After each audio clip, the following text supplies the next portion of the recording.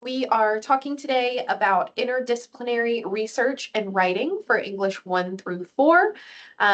We are going to go ahead and jump on in with some housekeeping, starting with some introduction. So for those of you who have not had a chance to meet previously, my name is Casey Prince Harvey. I work at the South Carolina Department of Education in the Office of Assessment and Standards on our standards side, supporting ELA at the high school level. And with me, I have my ELA team colleagues. I have Mandy Hawker, who is our elementary ELA education associate, and Brenna McCormick, who is our middle level ELA education associate, all on the standard side. So we're here to support you with the implementation of our 2024 ELA standards. And I would love to know who we have in our virtual space today. So if you want to, in the chat or unmute, since this is a small group, let us know who you are, where you are coming to us from, and what your role is within ELA. So are you a high school English teacher? Are you a support for ELA? Do you work in leadership or administration? We'd just love to know who we have with us and where you are coming from. All right, Crystal, Dylan Four, instructional coach for technology. Fantastic.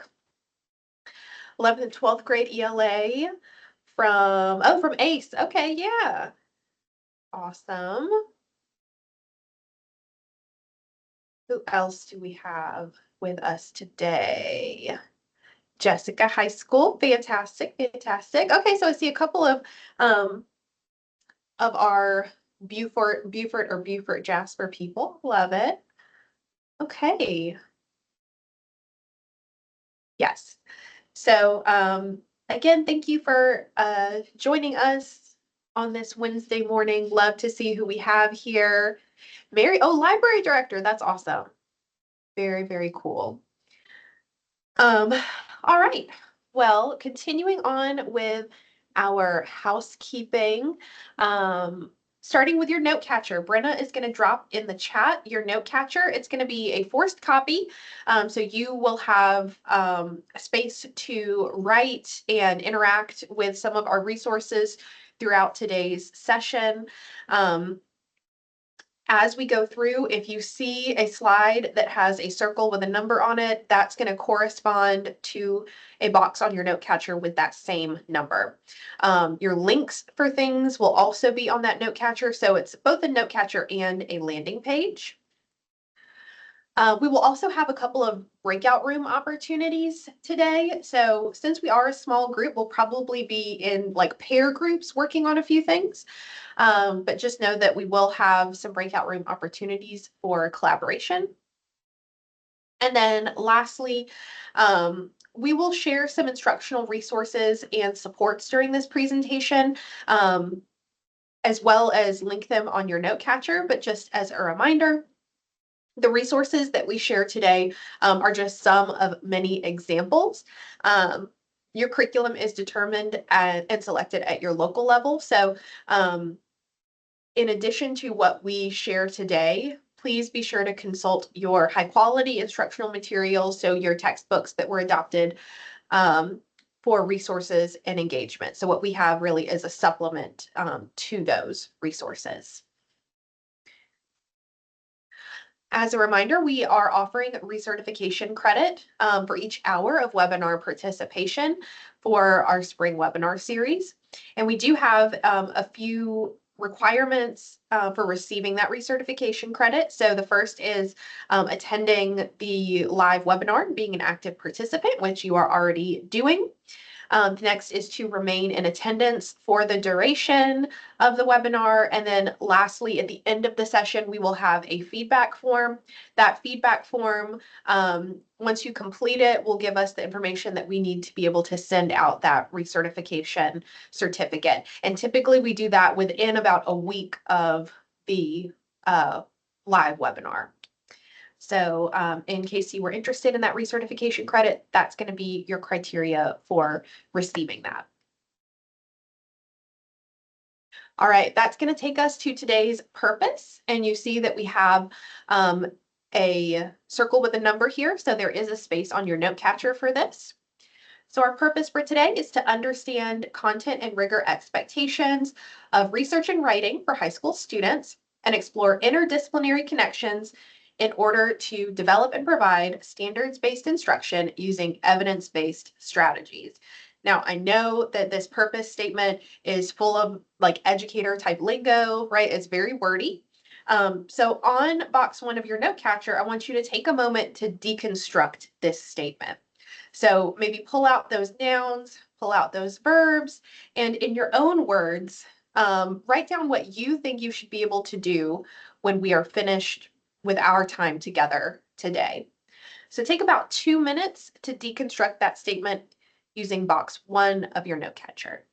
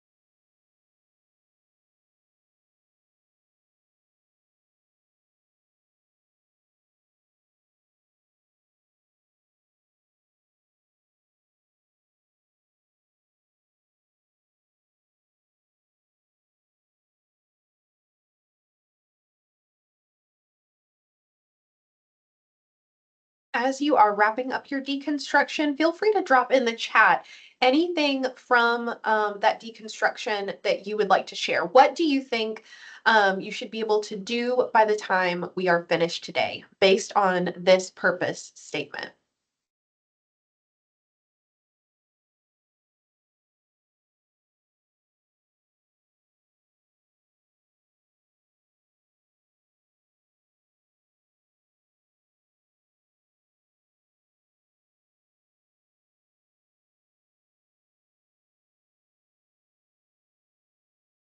Anything you think we should be able to do by the end of today's session based on that purpose statement?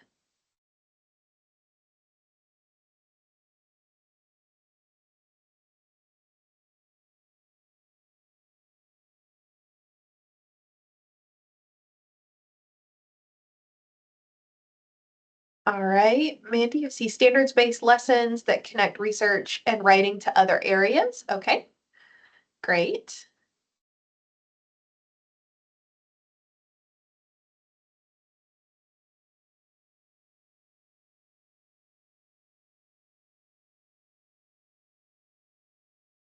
Okay, well, whatever you have in your note catcher, whatever you have determined is sort of your goal or what you think you should be able to do by the end of today's time based on that purpose statement, we will revisit at the end to see if we met that goal, if we've done what we have set out to do.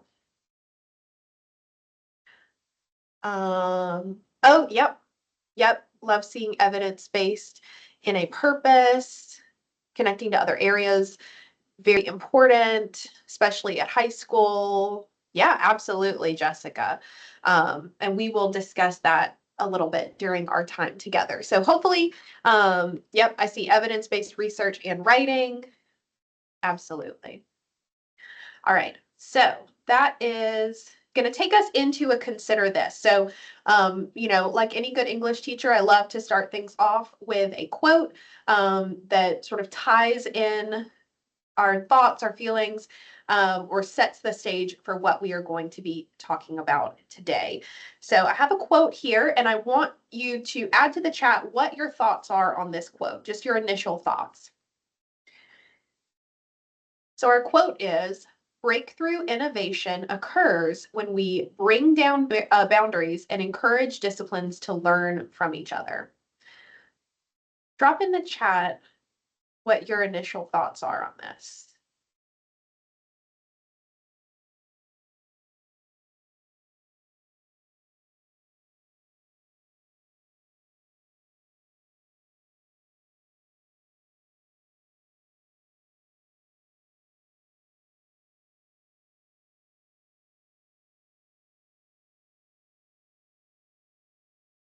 I see a couple of people typing, so I'll give you just a second.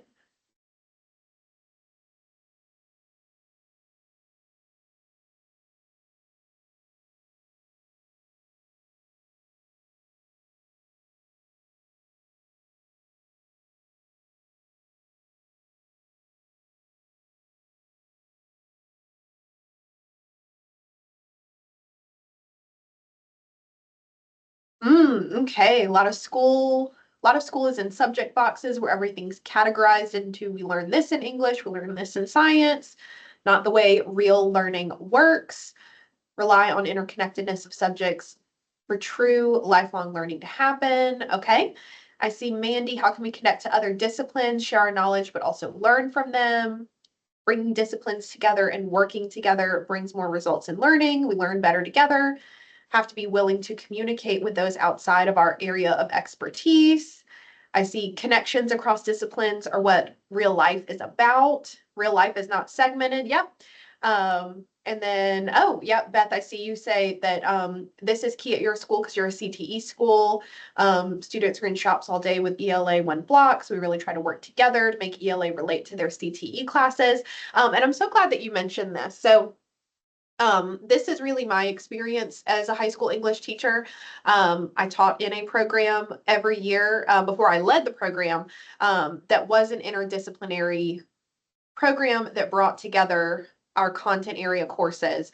So I would teach English 2, co-teach it with a biology teacher and an entrepreneurship teacher, for example, for 1 grade. So we had that science piece, but we had that CTE piece, and each grade would change what those co-taught courses were. So you might have English 1 with human geography and earth science, for example. So you would switch what those were. But everything that we did was about finding those connections between those content areas. So our students did see, like Jessica said, that we don't learn inside boxes. And that's really our focus today, is looking for those interdisciplinary connections that we can make as educators to support that student learning, right? And knowing that once we leave that K-12 setting, all learning, exists all together, right? Things don't happen in segmented sections.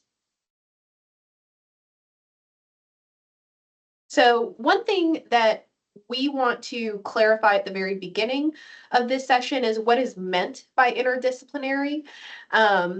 So we've crafted a general sort of basic definition of what we mean when we talk about interdisciplinary in the context of this webinar. So when we're talking about interdisciplinary in this session, we mean the synthesis of concepts and skills from multiple disciplines or content areas to support student learning and mastery of all academic standards. So it's really important that we reiterate that interdisciplinary learning, as we're referring to it in this session, does not imply that academic standards across the disciplines are interchangeable, right? It's not that if I teach a little bit of this social studies concept in my ELA class that I've taught the social studies, right? There are specific skills, concepts, and pieces of content within each discipline that is unique, and those skills are going to require tailored instruction to meet students' academic needs. However, we also know that there are opportunities for collaboration, conversation, connection between the content areas that we can address through the intentional study and understanding of the structures, skills, and concepts within each discipline and the way that they intersect. So we look at this as that synthesis of ideas, so the common threads that weave those content areas together. So we know that one doesn't cover the other necessarily, but there are conversations that can happen between them. And while we're not expecting at the end of this session that anyone leave as a content expert in math or science or social studies, for example, the idea is that we walk away thinking about conversations that we might have with that math teacher, with that science teacher, with that social studies teacher, and bring together some opportunities for our students to see, like you said, that learning isn't necessarily segmented in real life. So I want to know, do you have opportunities for interdisciplinary learning in your work? I know that Beth, you mentioned working in a CTE school, but do you see other opportunities within the work that you do to partner with teachers or content outside of ELA? So tell me a little bit about your experience. I would love to know where you're each sort of coming from. I know I shared my experience teaching in a program that was specifically structured in that way, but I know not every school does, a program like that or has an opportunity like that. But is it encouraged in your school or district? Are there opportunities that you try to find to partner or bring in other content areas?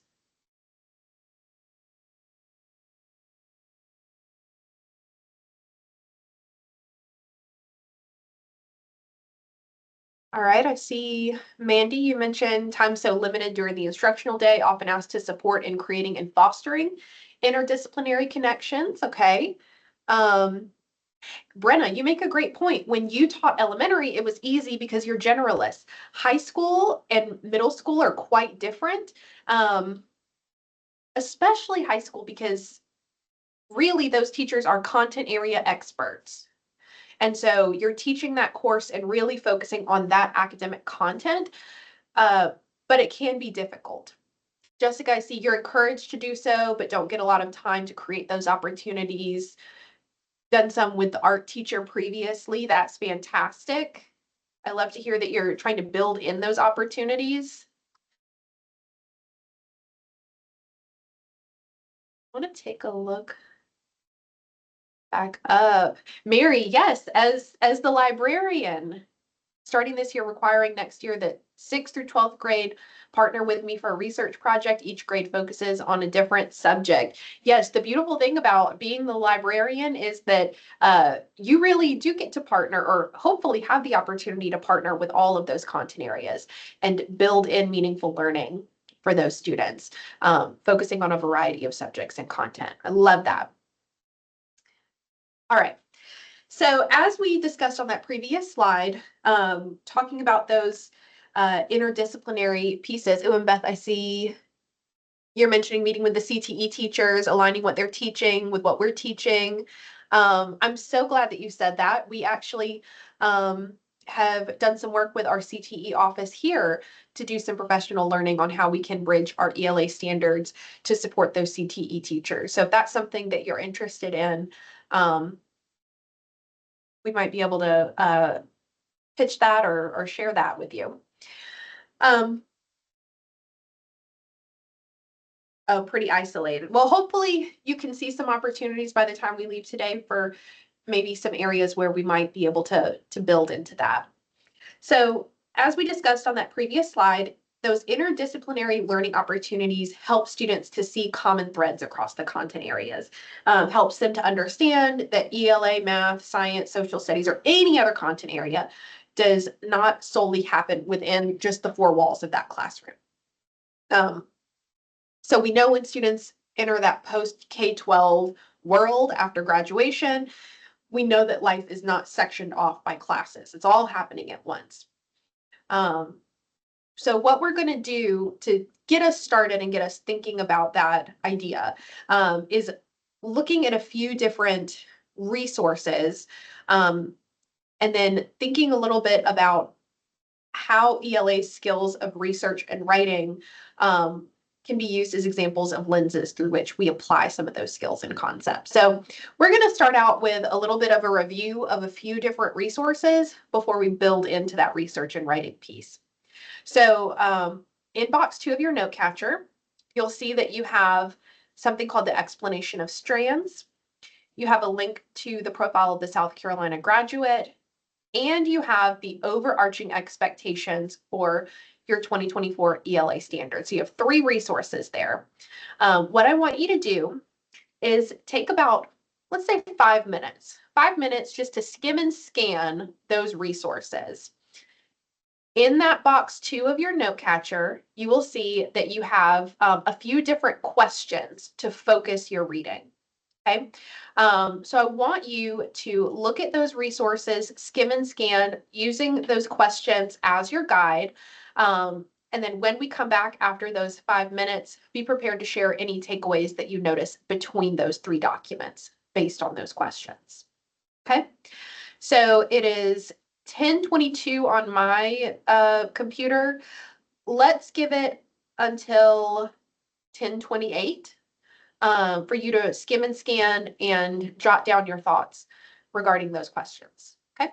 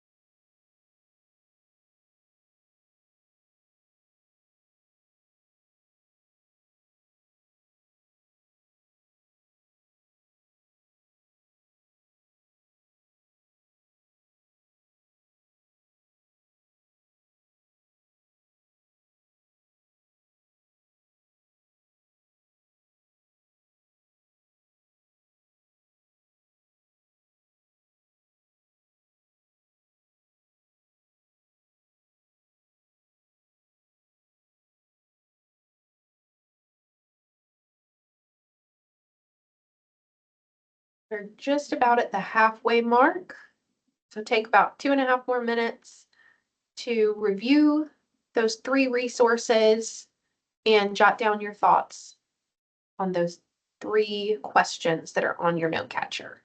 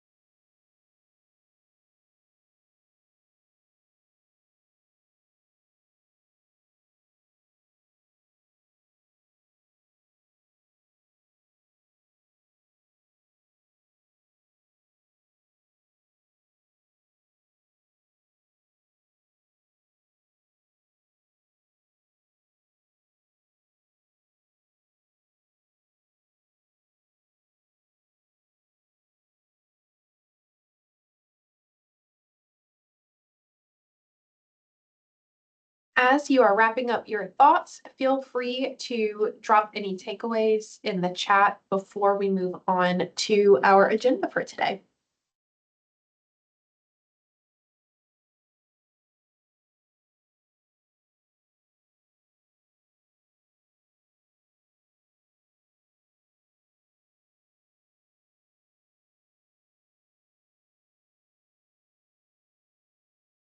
And just keep in mind, these three resources that you just took a look at and that are on your note catcher are ones that we'll refer back to throughout today's session. So that's why we've started with them all at once, just so you could get an idea of what's included in them before we reference them or use them as a support to make connections to today's learning.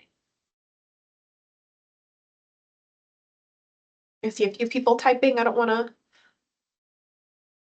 move on too quickly if you're adding something to the chat.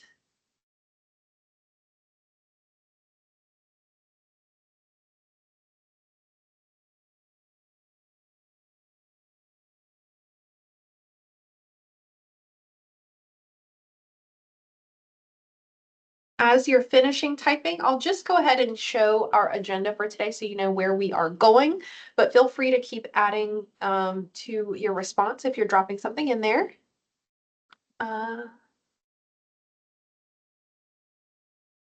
Okay, I see resume, cover letter, key details in the grammar portion of ELA in reference to preparing students with future skills and success. I wonder if one of the resources that we'll look at today will be helpful to you with a few different writing experiences that might be in support of that request. Ooh. All right. So as you're closing out your thoughts there, I do want to tell you what we're going to be looking at during our time together. So first, we're going to look at those overarching expectations and content connections, focusing in specifically on a resource that our team has developed in collaboration with some of our other content area teams. We'll look at that overview of research and writing, really do that dive into those indicators and understand what is expected of our high school students and how those standards can be used as a lens through which to look at those content connections. We will do some review of instructional practices and have some opportunity for collaboration. And then we will wrap up with clarity and closure. So, let's see, Mary, I love that you have brought up a couple of pieces from what you may see in both the overarching expectations and the profile of a South Carolina graduate.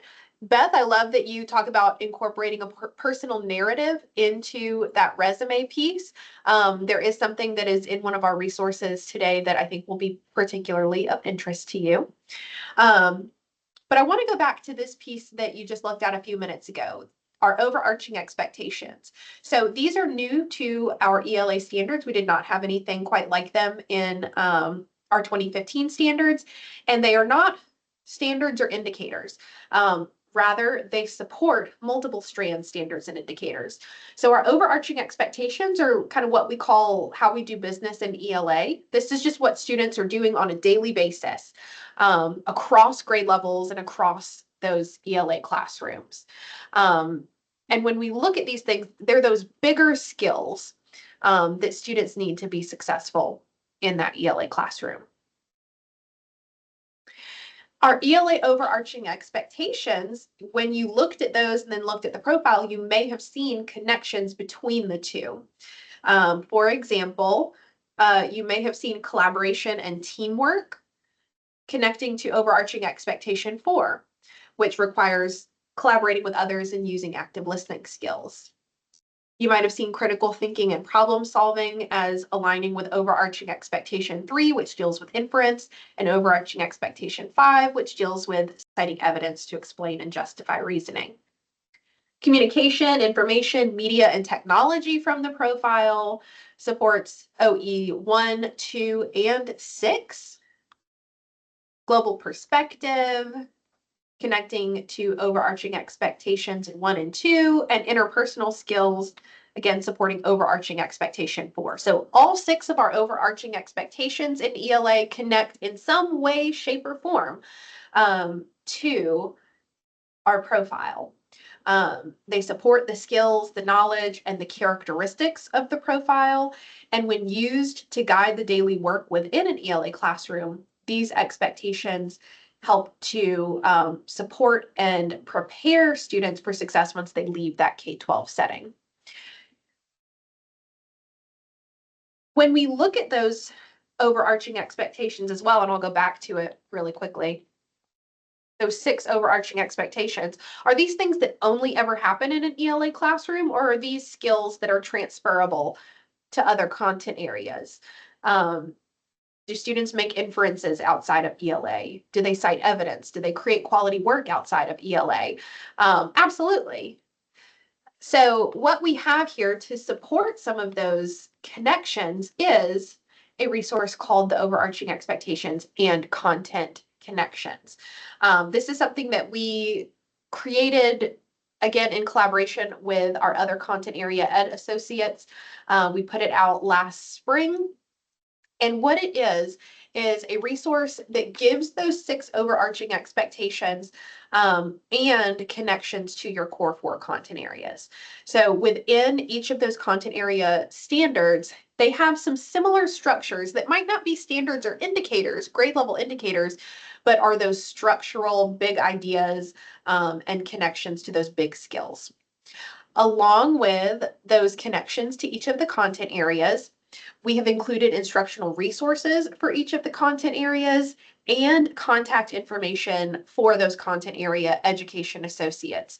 So if you want to know who is the education associate who deals with high school science, you have that person's contact information. Or you want to collaborate or talk to someone who works with middle school math, you have that person's contact information. So we've included that there so you can see who really is a part of our bigger team. So I'm going to show you a couple of examples, and you'll see that in box 3 of your note catcher, you have a space where you could consider how these things support one another. But I wanted to go through each of the other 3 content areas so you could see what those connections are and what the structures look like. So I'm starting with math here. In that overarching expectation and content area connection resource, you'll see overarching expectations for ELA connecting to what are called the mathematical process standards. So in the 2015 and the 2025 brand new math standards, they have these structures that are called mathematical process standards. And these, again, are those sort of big ideas. It's how they do business in math. So you might see an example on that resource of overarching expectation 6, which is creating quality work by adhering to an accepted format, connecting to mathematical process standard RC1. Explain ideas using precise and contextually appropriate mathematical language, tools, and models. So what we see here is not that they're the exact same thing, but they're an opportunity where we might go talk to that math teacher and consider how we could work on those skills together through our content. In social studies, what they have, those bigger ideas are called their thinking skills. So they have historical thinking skills, geographic thinking skills, government thinking skills, and economic thinking skills. And each of those become the structures through which they teach their indicators, which are specific to pieces of history, historical events and time periods. So we might see something like overarching expectation 2, which is acquire, refine, and share knowledge, connecting to one of the geographic thinking skills, gather evidence and communicate findings. So again, we see areas where these things might connect to lead to those bigger conversations and opportunities for collaboration. And then lastly, in science, the connections that you'll see on your Content Connections resource will be those science and engineering practices and cross-cutting concepts. If you've not seen our science standards, our 2021 science standards, they are 3D. So those science and engineering practices and cross-cutting concepts are 2 components of that 3-dimensional view of science. So here we see overarching expectation 5, cite evidence to explain and justify reasoning. And you see quite a few science and engineering practices that connect to that. So constructing explanations and designing solutions, engaging in argument from evidence, obtaining, evaluating, and communicating information. So a lot of different ways that you might take OE5 and connect to what is taking place in those science classrooms. And again, these are not specific to a particular grade level, right? Because we know that students who are in English 2, for example, might be in different science classes or might be in different math classes. So it's those bigger ideas. So what we're going to do is let you loose for a few minutes so that you can review this resource and think of this as sort of that bigger piece that's going to help build in some opportunities for collaboration. And you're going to do this using what we call a virtual turn and talk. So the first thing that you're going to do is access that overarching expectations and content connections resource. It should be on your note catcher. We can also drop it in the chat for you if you want easy access to it. And the way that the virtual turn and talk is going to work is I'm going to give you a prompt that you're going to respond to that's going to be based on that resource. And then step 2, after you have responded to the prompt, you're going to go back into the chat and either react or reply to another post. Okay, so it's a turn and talk, but it is a virtual turn and talk. So your prompt for this virtual turn and talk is, after looking at that resource, what is one content connection that you noted and how could you use it to support your planning and instruction? So go into any of those other content area connections. You can choose math, science, social studies, whatever you want to choose. Take a look at it and see how you could use that connection to support planning and instruction. So we'll take about 3 minutes for this one. Okay, about 3 minutes. We'll come back together at 10:42.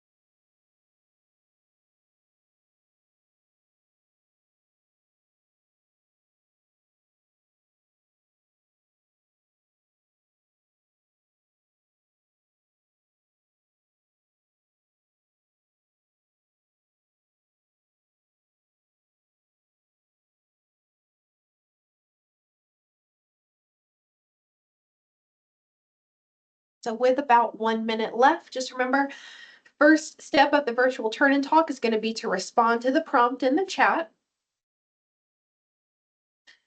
Once you've done that, then you'll want to go back to someone else's response and either react or reply.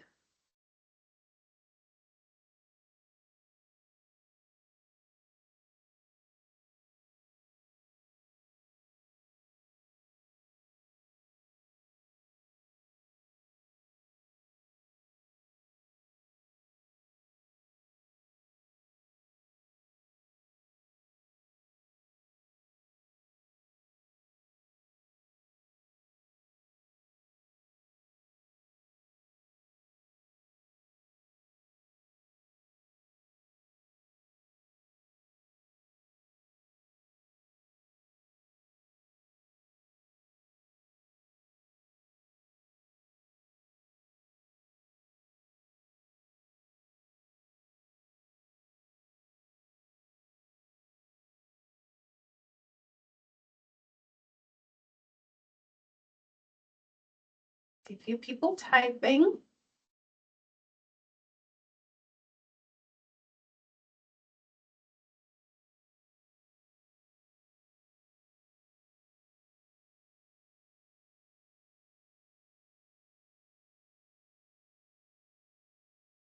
Okay. I see Brenna mentioned connection between ELA research specifically in science with asking questions. Students need to learn how to ask questions in a way that will get them the answers they're looking for. Yes. And asking questions is an incredibly important component of our research standards and indicators as well, which we'll see in just a moment. But looking at just from that broader sense, using questioning in research in ELA to support asking questions in science and vice versa, in order to get the results and the responses that they need. I love that.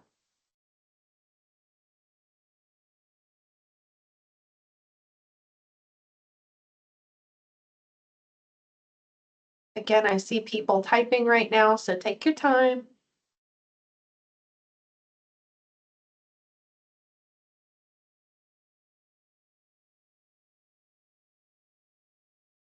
Just think about connections from that resource, how you might use that in your planning and instruction.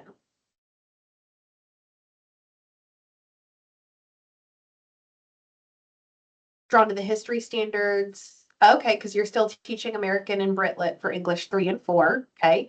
Skill of being able to pull out evidence in a historical source and in literature, very similar. Okay, like that. Think you could use more historical documents to support their context for novels. All right, but also supporting their learning of concepts in the social studies courses. I like that. I see connection with math can be seen at your school. All the shops use measuring, connecting this to workplace challenges, analyzing job trends, something you try to incorporate in ELA. Okay. Mary, I see you mentioned historical research project could be done as an ELA project on an event or person. Students could research and present their findings. Historical biographies could be used in reading circles. Mandy, I see noticed a connection from OE3, so that's inferences to patterns in science. Wonder if you could create a unit around patterns of plant life cycles. That's a cool idea. Could my students create informational text aligned to the life cycles of various plants? Very good, very good. So take a moment if you have not already and either respond or reply to one other person in the chat. That's part 2 of your virtual turn and talk. I see a few people have reacted. I see some thumbs up. I see some hearts. You can do that. Connection to history in ELA 4, connect literature to current safety standards. Okay. Seen some very interesting ideas.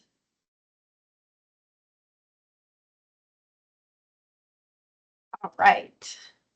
Wonderful. Okay.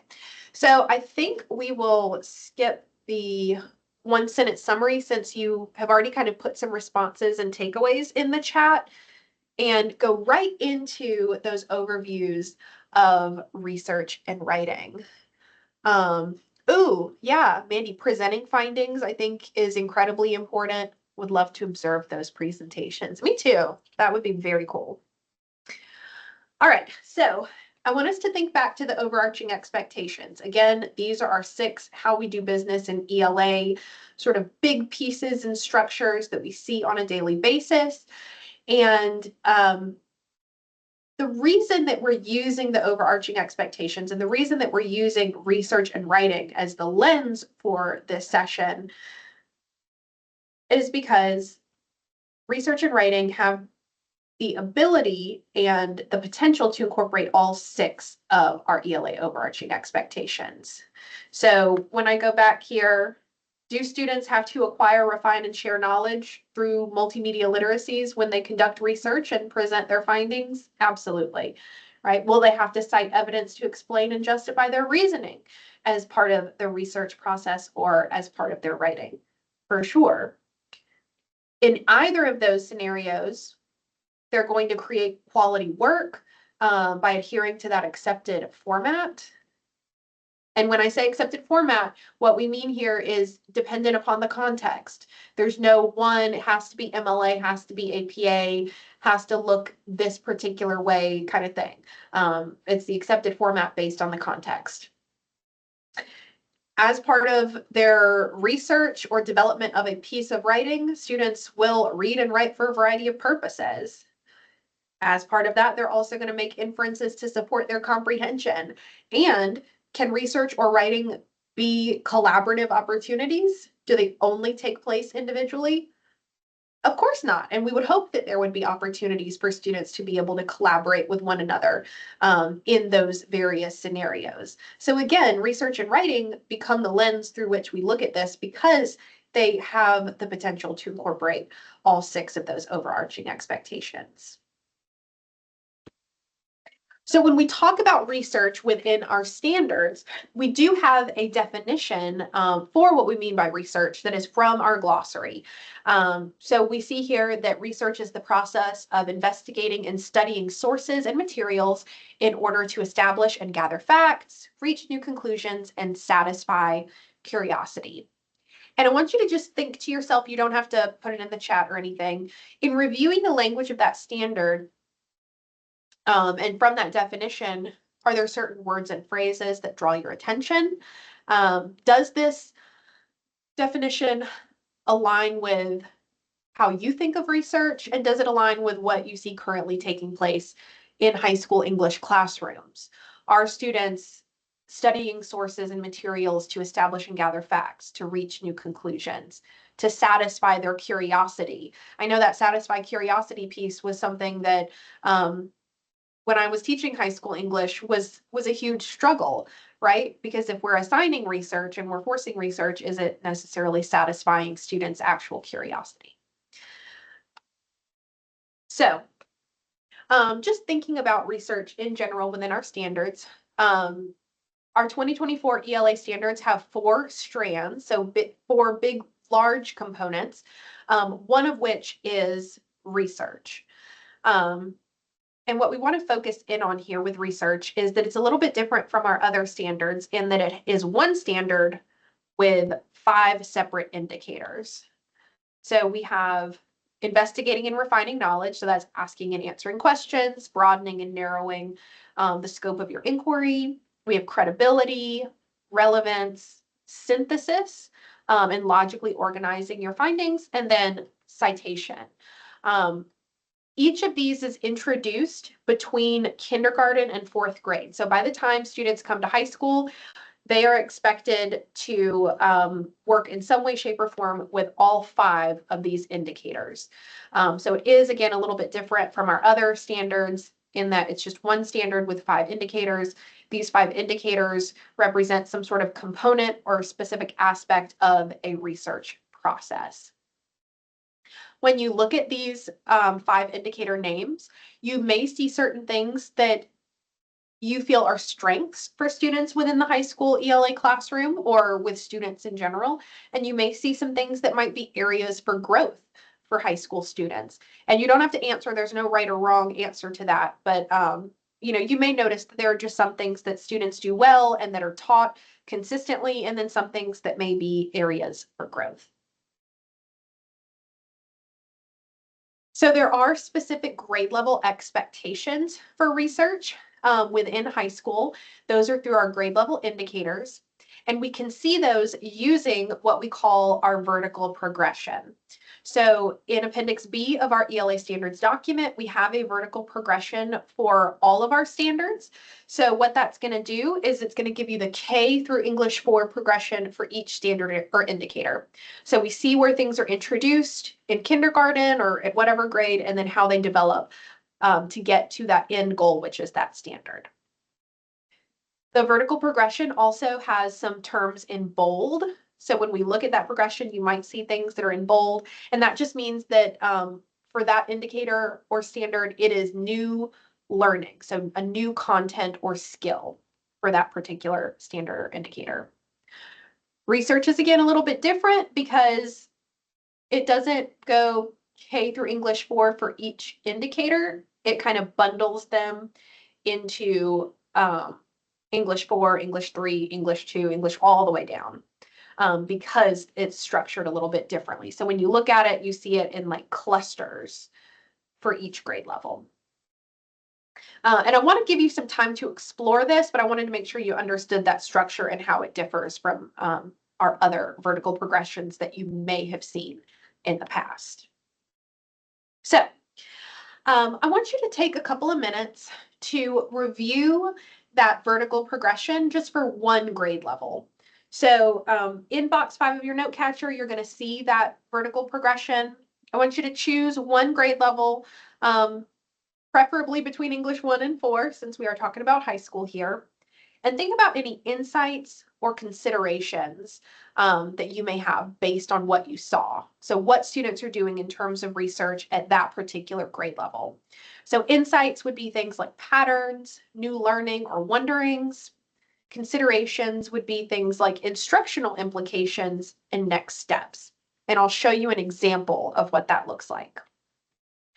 So I've pulled 8th grade here. So let's say that I looked at the 8th grade research indicators, and in my insights, I pulled what stood out to me was the wording short and more sustained research. I really like that it mentioned short, because oftentimes we think of research as being the big research project or the research paper, but our indicators specifically say short research, as well as more sustained.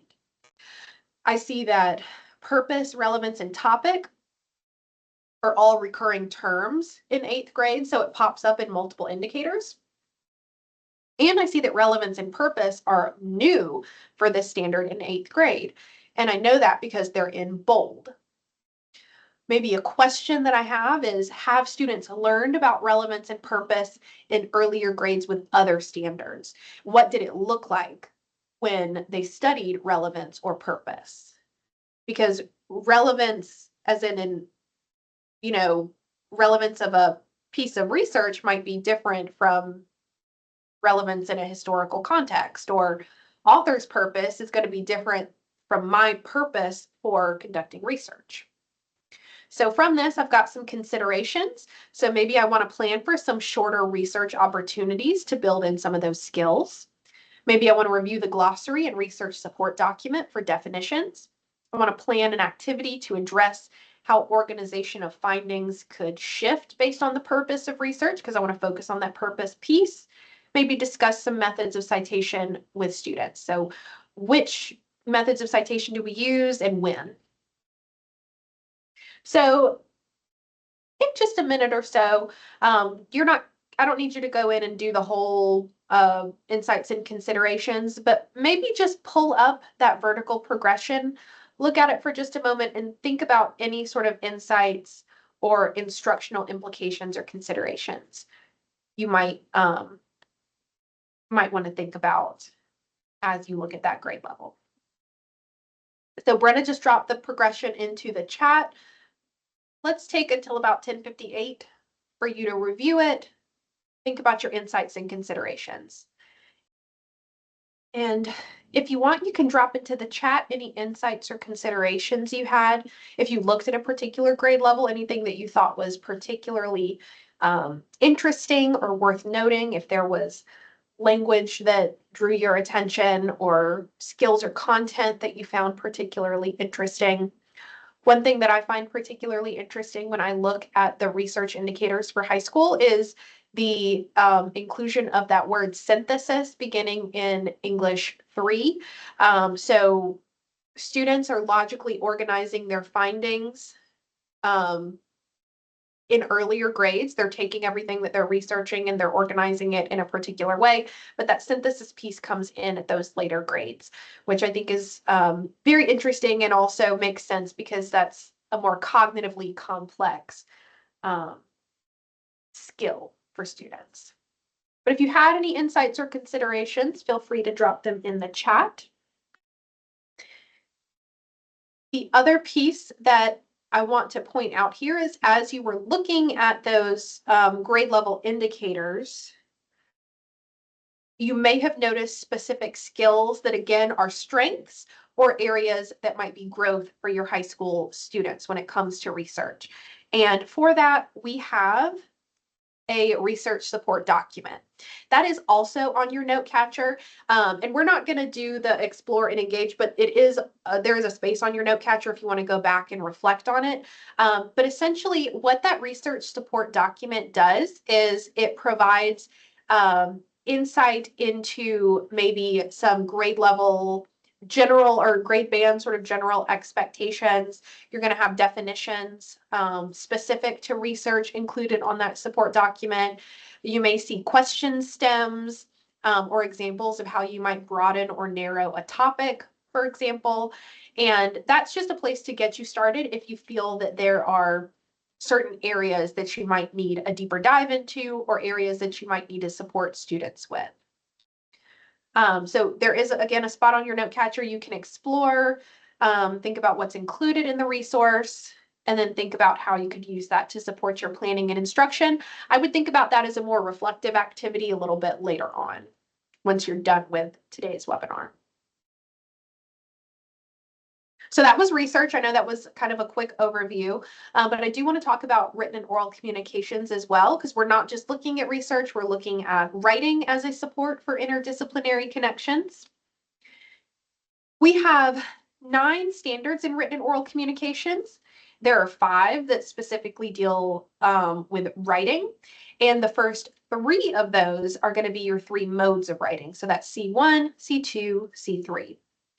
And we've hosted webinars on these in the past. If you want a deeper dive into any of those modes or into grammar and conventions or improving writing, we have those on our professional learning library that we can make sure you have access to.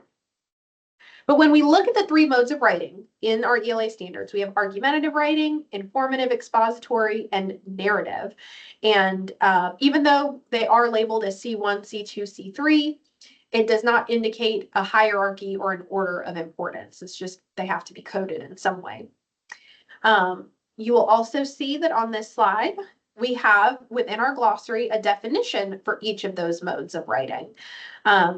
So you're welcome to take a look at those definitions or, reference them in the glossary, but just know that we do have a general explanation of what is included within those. But I think it's going to be easier for you to explore those looking specifically at the vertical progression. And for this, we are going to do breakout rooms. So in just a moment, Mandy is going to pop you into breakout rooms where you'll be with a partner. And what I want you to do is take a look at a mode of writing and consider how you might use one of those overarching expectations and content connections to support that mode of writing in an ELA classroom. So you will have on your note catcher a breakout room 1, 2, and 3 document. So whichever room you go into, you'll open up that document. You will see that you've been given a mode of writing for a grade level on there. You'll also see you'll have the link to the overarching expectations and content connections resource. So you'll go into that resource, talk with your teammate about what content connection you might pull to support that mode of writing and what it could look like in instruction. So I'm going to give you an example again. So let's say that I had 8th grade communication 1.1, that's argumentative writing. I want to look and see what the requirement is or what the expectation is for argumentative writing for 8th grade using that vertical progression. From there, I'm going to pull an overarching expectation and content connection. So I pulled OE5, cite evidence to explain and justify reasoning, and then I pulled the mathematical process standard that connected to it. So from there, some instructional ideas I had would maybe be like a budget activity. So like all students get the same amount of money that they have to budget for particular things. And the students are going to create that budget and create an argument as to why they would allot those amounts of money for each of those things. We could also do an argument with graphs where students get the same data points and have to create graphs that are going to argue specific claims based on that data.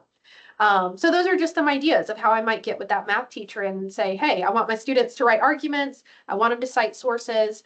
What could that look like if we were to partner together and build in some content? Okay. So again, you're going to move to a partner group. In just a moment, you will get that document for breakout 1, 2, or 3. You collaborate and brainstorm some ideas. Okay. Are there any questions? If not, I'm going to have Mandy go ahead and pop you out. Okay, welcome back. I know we had, for a couple of people, some technical difficulties going in and out of the breakout room, so thank you for your patience. Technology has not been the kindest to us today, but that is okay. We are carrying on. So we had a couple of breakouts. I would love to hear, Brenna, I know you were in a group. If you or someone from your group wants to share what you discussed, I'll share with the room that I popped into. Yep. Jessica, do you want to share? Putting you on the spot. Yeah, I can share. So we had informative writing for English 1, and we connected it to the OE2, so acquiring, refining, and sharing knowledge. And then we connected it to the standards for, or the thinking skills for history, which were interpreting, communicating, concluding, and then the informed participation. And I think we really talked about like the idea of in the standards, in the indicators, it talks about students being able to find sufficient and relevant information, especially in English 1, and that was a bolded term, so it's something new, specifically that sufficient information or sufficient facts. So we talked about instructional ideas of being able to like sort through what sources would be relevant and credible for your informative writing versus sources that are not so helpful for what you're writing about. And then also working on that E indicator, the finding the specific tone and style by like switching up the audience and practicing. If you have that purpose of your informational writing, finding different audiences and tasks and how that changes the way that you're going to write.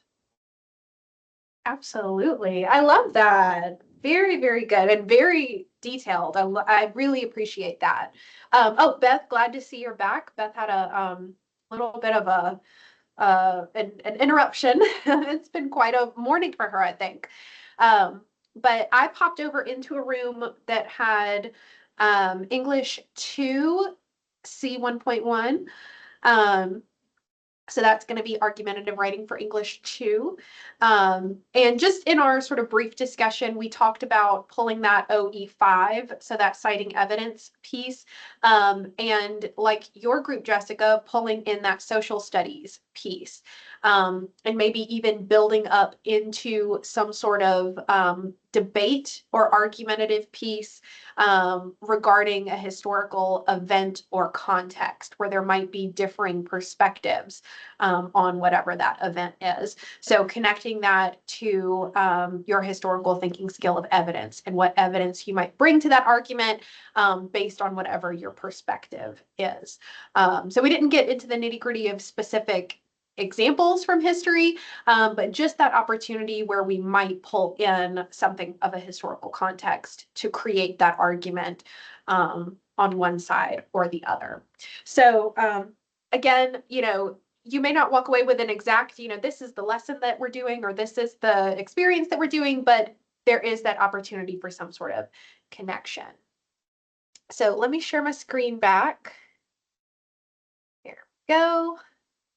And if you feel like this is something that you want to replicate or do a deeper dive into, you have on your note catcher the copies for all 3 of the breakouts. So if you did one, but you wanted to look at another or maybe share with your department, you're welcome to do that. So that is going to take us into our instructional practices and collaboration. And we got a little bit of a taste of that just a second ago with your breakouts, but we're going to do a little bit of a deeper dive into it now. Can y'all see my screen? Perfect. All right, so as we talk about instruction, we talk about that the opportunities for collaboration. We always like to remind our participants that we always want to start with that understanding of the grade level indicators. So that's why we looked at those vertical progressions for research and for writing. Oh, Crystal, you can't see my screen.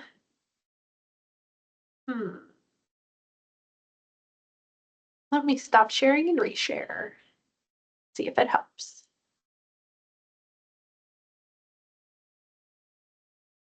Can I get a thumbs up if y'all can see that?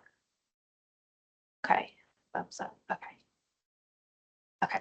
And Crystal, on the note catcher at the very top, very top of your note catcher is the link to the slide deck. So if you can't see my screen, you can click on that and follow along on there.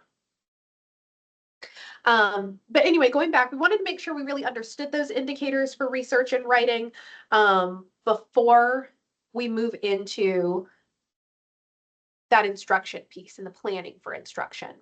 But we use those grade level indicators to plan our instruction, and that then informs our formative assessment, and this process is iterative. So we use what we pull from the formative assessment to go back to the instruction, or to really make sure we have that indicator intent in mind as we're planning. We also use, and what you'll see in a moment, a structure that we call micro, mini, and macro experiences. This is a term that we've coined to talk about the length and cognitive complexity of a variety of experiences. So micro experiences being things that are less than a class period, mini experiences being things that are 1 to 2 class periods, and then macro, oh good, Crystal, I'm so glad. Macro experiences are those culminating experiences. And again, because we know that writing and research can take place in shorter and more sustained opportunities, we don't want to relegate research and writing solely to the project or the essay, right? That these skills can be practiced and mastered in those micro and mini experiences as well, particularly those sub-indicator pieces that we might see in writing, for example. So at this point, we would do a breakout. I think with the technology, though, and some of the issues that we were having, maybe it would be better to do this sort of individually.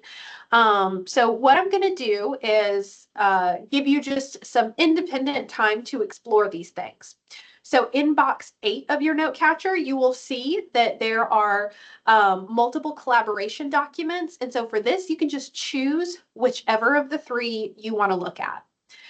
So whereas last time we looked at a writing indicator and used it to pull in content connections, this time we're flipping it. So what I've done is I've given you an OE and content connection already. Your task would be to consider how you could build the research or writing into that connection. So it'll break it down where you've got the connection at the top, so the OE and whatever the content area connection is.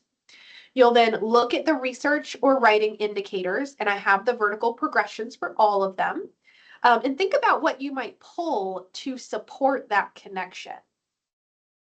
Then in the box right beneath that, you'll see that we've given you the micro, mini, macro resource. So we have built out micros and minis and macros for all 3 modes of writing and for research at the high school level. So you've got resources that you could already pick and choose from. So think about one of those resources that you might use to support that instruction. And then lastly, think about how you might adapt that strategy to support that content connection. So if you pull an example of C1 for writing, and the connection was to science, how could you build in maybe that connection to the science content? What might that look like? Okay. All right, it is 11:35. So I'm going to ask that you close out your thinking on your review of that collaboration document, and go ahead and prepare to share a little bit of what you reviewed. So you can drop it in the chat. You could also unmute. This is a small group. I welcome you if you just want to talk. What document did you look at? What resources did you pull? What ideas did you come up with based on what you saw? All right, Jessica, I see you mention Document 2, okay, use the vertical articulation for research. 1.2. Okay, I see you mentioned the 4 R's for evaluating resources to support the content connection of historical and geographic thinking skills, gathering evidence. I love that. I love that. Did anyone else get an opportunity to look at the micros, minis, and macros? Because what you have there are a set of resources and experiences for all of those modes of writing or research that we have developed to be a support. Okay, looked at the third group, science and ELA, fact versus opinion mini lesson. Very nice. Okay, and any of those resources that are on there, I see you're welcome to share. Yes, you're absolutely.